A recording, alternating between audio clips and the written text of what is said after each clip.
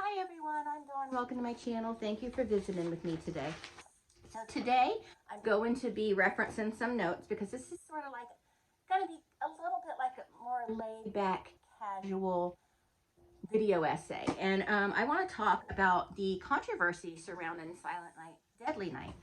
Silent Night, Deadly Night is a 1984 slasher about a killer dressed as Santa who kills those he deems naughty on Christmas Eve. And no, it's not a provocative think piece, okay? We know this. But it was important to the horror genre, in my opinion, as it shows horror is and should be unapologetic.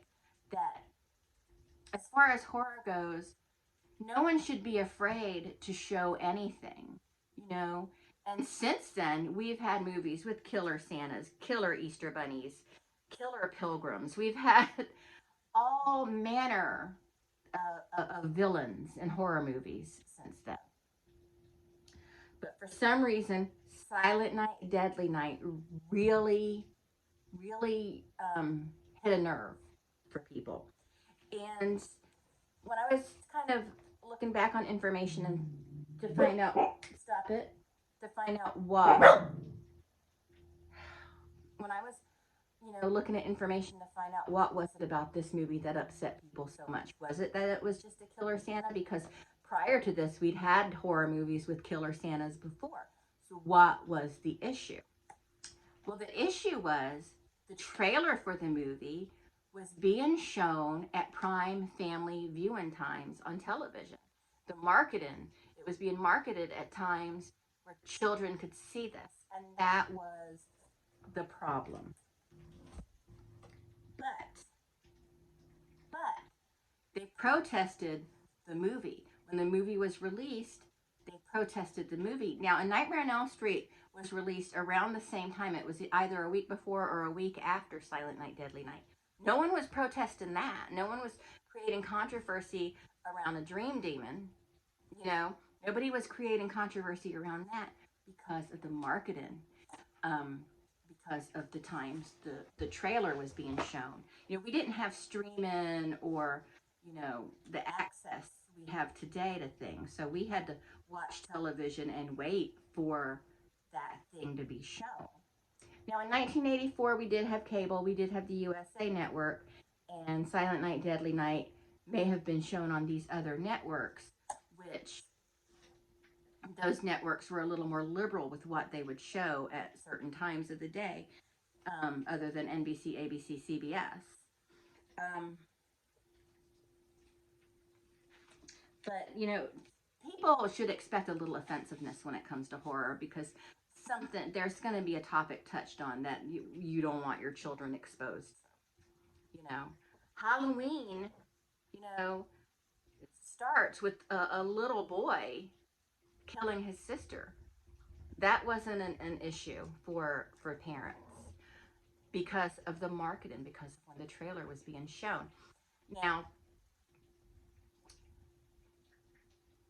to bring back to the protest, they were protesting the movie release though. I have a sneeze coming and I'm so sorry. I'm so sorry about that. When you gotta sneeze, you gotta sneeze. That the protesting took place outside of movie theaters, like in Milwaukee and cities like that. Um, why are they protesting the movie? The damage has been done. The damage has been done. The trailer has already been shown. The kids have already seen the trailer. Why are we leaving our house to protest a movie? Why not stay home and talk to your kids? Have a conversation with your kids about the trailer they saw.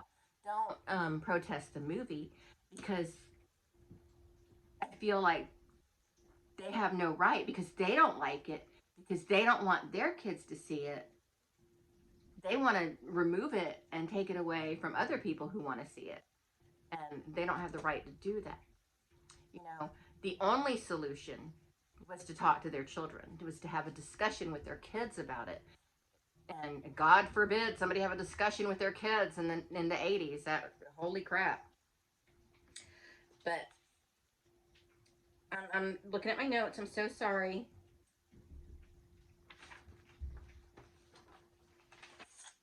Okay, I don't need those notes anymore. I got this. So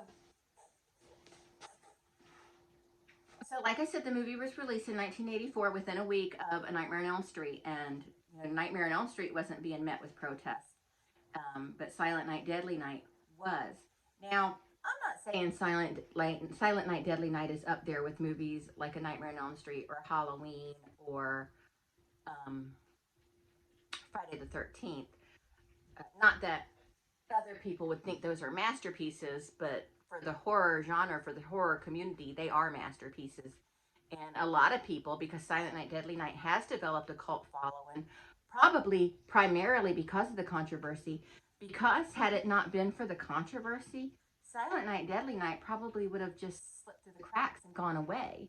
But now it has a cult following, and that controversy is one of the reasons why.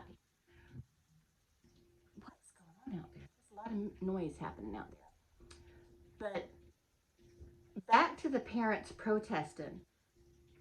What started the protest was the trailer. They didn't like the trailer being shown at the time of day it was being shown. But then they go and protest the movie. At this point, it's too late. The trailer's out there. Your kids have seen it. So now, like I said, you got to have a discussion with your kids about it. It's not about the movie anymore.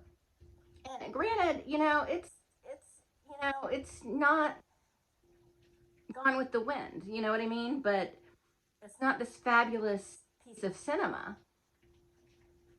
But protests in the movie, they don't have a right to go and march with signs and stuff. Santa is good. Santa doesn't kill people. They don't have a right to do this and prevent other people, and have the movie taken down, preventing other people from seeing it. Now, from what I understand, it was removed from theaters, and then another production company took it and re-released it several months later, the following year. But the protests were, and I remember seeing stuff on the news and stuff about it, and my dad telling me about the protest. And I remember it just made us want to see the movie more. Like, oh, well, we got to see this. So when it was released on VHS, my dad immediately bought it, and we watched it, and we were like, oh, this is great. Oh, Killer Santa. And like I said, it wasn't a masterpiece or anything. A Nightmare on Elm Street was a far superior film. But it was the controversy that added to the value of that movie.